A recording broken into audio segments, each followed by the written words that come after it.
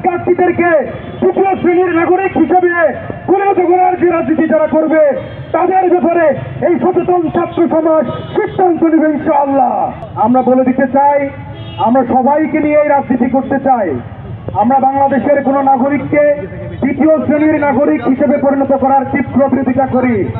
এই বাংলাদেশের 24-এর গণঅভ্যুত্থানকে যেই ফজলুর রহমান বলেছিল কালো শক্তি, সেই ফজলুর রহমান কেন শুভ্র দাড়িওয়ালা হুজুরদের ভয় পায়? কেন বিএনপি তাদের অবস্থান পরিষ্কার করে না? কেন বিএনপির ভিতরে এ সকলে ঘাপটি মেরে থাকা স্বৈরাচারের দূষরদের বিষয়ে বিএনপি তাদের অবস্থান পরিষ্কার করে না? তাহলে কি আমরা ধরে নেব তাদের একজনের বক্তব্য পুরো দলের বক্তব্য? যদি আপনারা মনে না করেন, যদি আপনারা বিশ্বাস করেন এটা ব্যক্তিগত বক্তব্য, আমরা অতি দ্রুত তার বিরুদ্ধে দলীয় এবং আপনাদের যে অবস্থান, সেই অবস্থানকে আপনি পরিষ্কার করবেন।